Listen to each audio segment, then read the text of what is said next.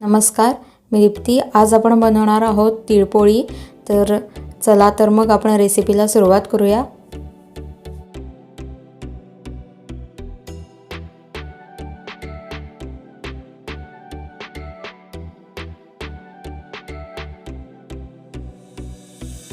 मी गॅसवर कढई तापत ठेवले।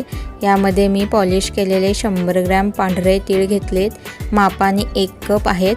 7 ते 8 मिनिटं हे आता मी छान भाजून घेणार आहे।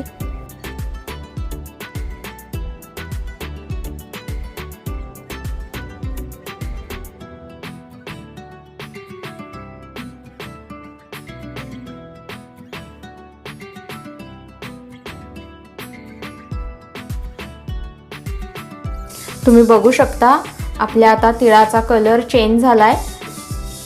तर आता तर मी ते एका डिश मध्ये काढून घेते आणि थंड करून घ्यायचे। आपल्याला आता इथे शेंगदाणे भाजून घ्यायचे। ते मी 100 ग्रॅम घेतले वजनाने आणि मापाने अर्धा कप आहेत। ज्याच्याने आपण पांढरे तीळ मापले होते तोच कप आहे हा। अर्धा कप शेंगदाणे घ्यायचे। ते आपल्याला आता छान भाजून घ्यायचे।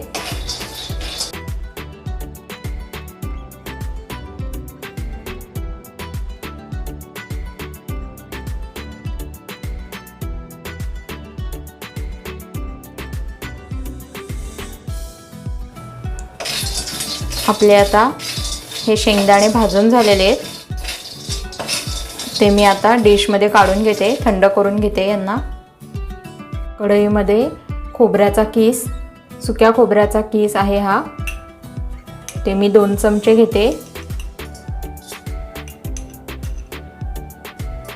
मोठे 2 चमचे घ्यायचे।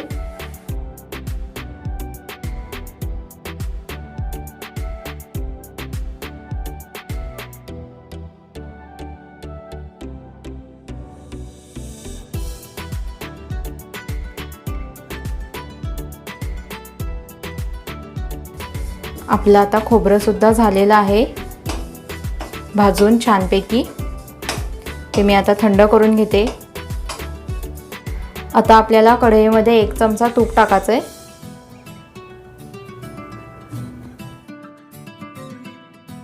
आपल्याला आता यामध्ये 2 चमचे बेसन घालायचं आहे। ते खरपूस भाजून घ्यायचं आहे कलर बदलेपर्यंत।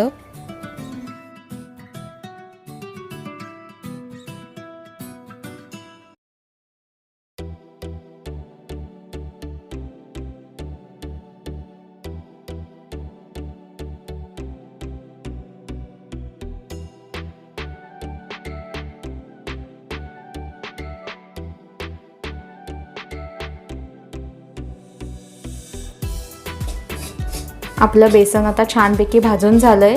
त्याचा कलरही बदललाय। आता हे मी एका डिश मध्ये काढून घेते।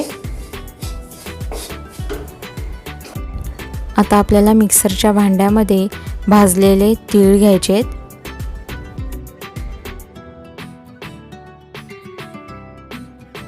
यामध्ये भाजलेले शेंगदाणे घेतलेले आहेत, सालं काढलेली आहेत।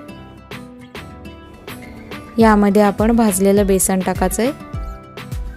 यामध्ये भाजलेल्या सुका खोबऱ्याचा कीस टाकायचा आहे व मिश्रण मी आता मिक्सरला बारीक करून घेते। आपल्याला आता यामध्ये 300 ग्रॅम किसलेला गूळ घ्यायचा आहे। मी इथे साधा गूळ घेतलाय, किसल्यामुळे तो थोडा वितळला आहे।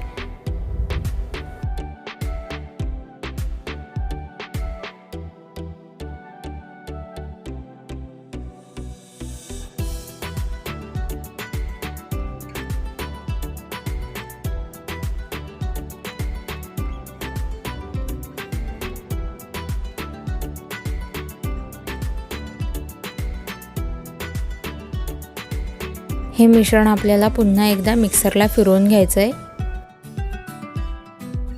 आपलं हे मिश्रण आता मिक्सरला बारीक करून झालंय। तुम्ही बघू शकता छान बारीक झालेलं आहे।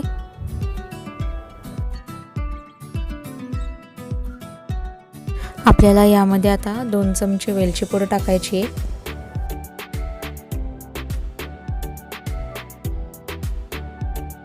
आता हे सारण हाताने मिक्स करून घेते मी।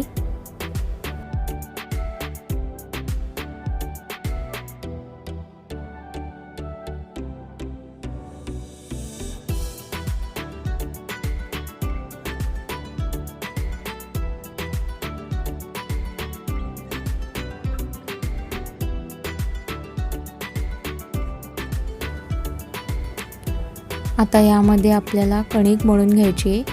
त्यासाठी 2 कप गव्हाचं पीठ घेतलंय.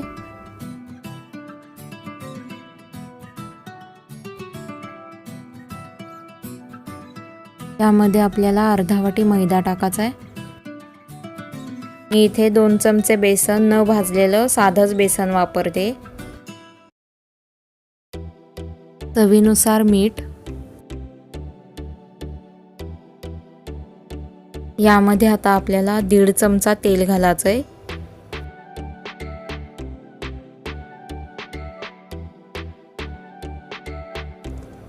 मी आता हे मिश्रण पाणी टाकून थोडं पाणी टाकून मळून घेणार आहे.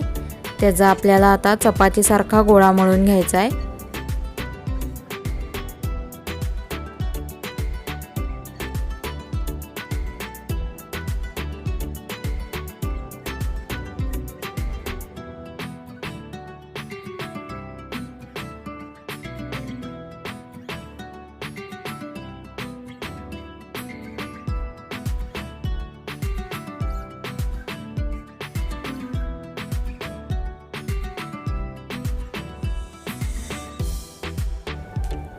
आपलं आता पीठ मळून झालेलं आहे. त्याला तेलाचं कोटिंग करून घ्यायचे. अर्धा तास झाकून ठेवायचे.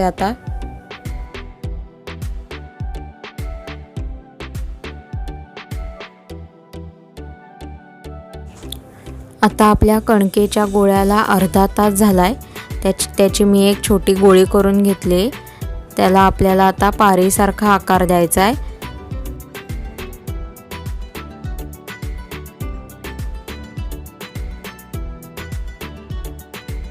यामध्ये आता आपल्याला तीळ आणि गुळाचं सारण भरून घ्यायचं आहे.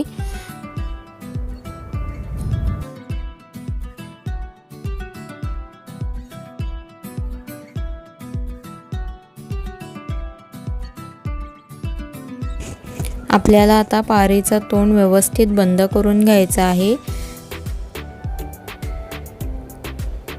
नाहीतर सारण बाहेर येईल, ही काळजी घ्यायची आहे.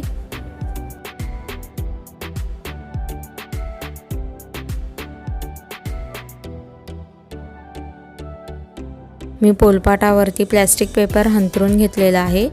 त्यावरतीच आपल्याला आता पोळी लाटायची आहे. गोळ्याला मी आता मैदा लावून घेतला आहे आणि त्याची मी आता पोळी लाटून घेते.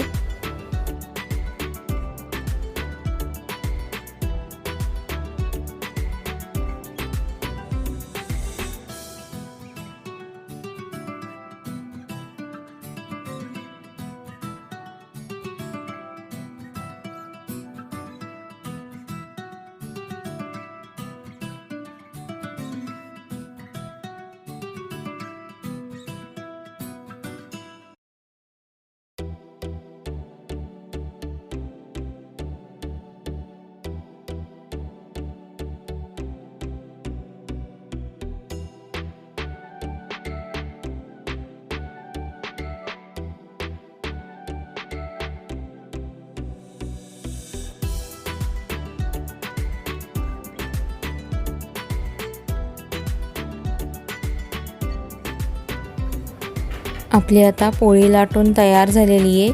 ती आता मी पॅनवरती भाजून घेते. पॅन आता तापलेला आहे, त्यामध्ये मी आता तूप घालते. त्याला ब्रशच्या साहाय्याने पसरवून घेते. आता मी पॅनमध्ये तिळपोळी टाकते आहे. आपल्याला ती दोन्ही बाजूनी खरपूस भाजून घ्यायची आहे.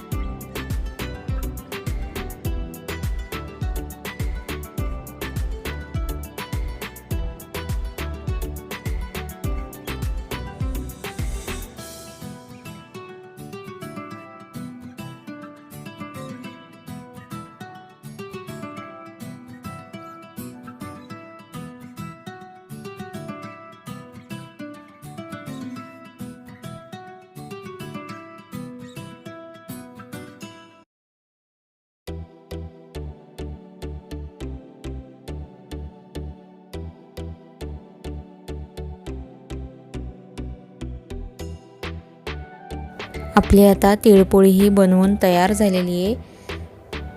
आता मी अशाच प्रकारे दुसऱ्या सुद्धा बनवून घेते। आपली तिळपोळी बनवून तयार झालेली ती तुम्ही तुपाबरोबर किंवा नुसती सुद्धा खाऊ शकता। आणि मला कमेंट करून नक्की सांगा की ही रेसिपी तुम्हाला कशी वाटली ती। माझ्या व्हिडिओला लाईक करा, चॅनलला सबस्क्राईब करा, सोबतच बेल आयकॉनही दाबा, म्हणजे तुम्हाला माझ्या नवीन व्हिडिओंचं नोटिफिकेशन मिळेल। तुम्ही वेळात वेळ काढून माझा व्हिडिओ बघितल्याबद्दल तुम्हा सर्वांचे खूप खूप धन्यवाद।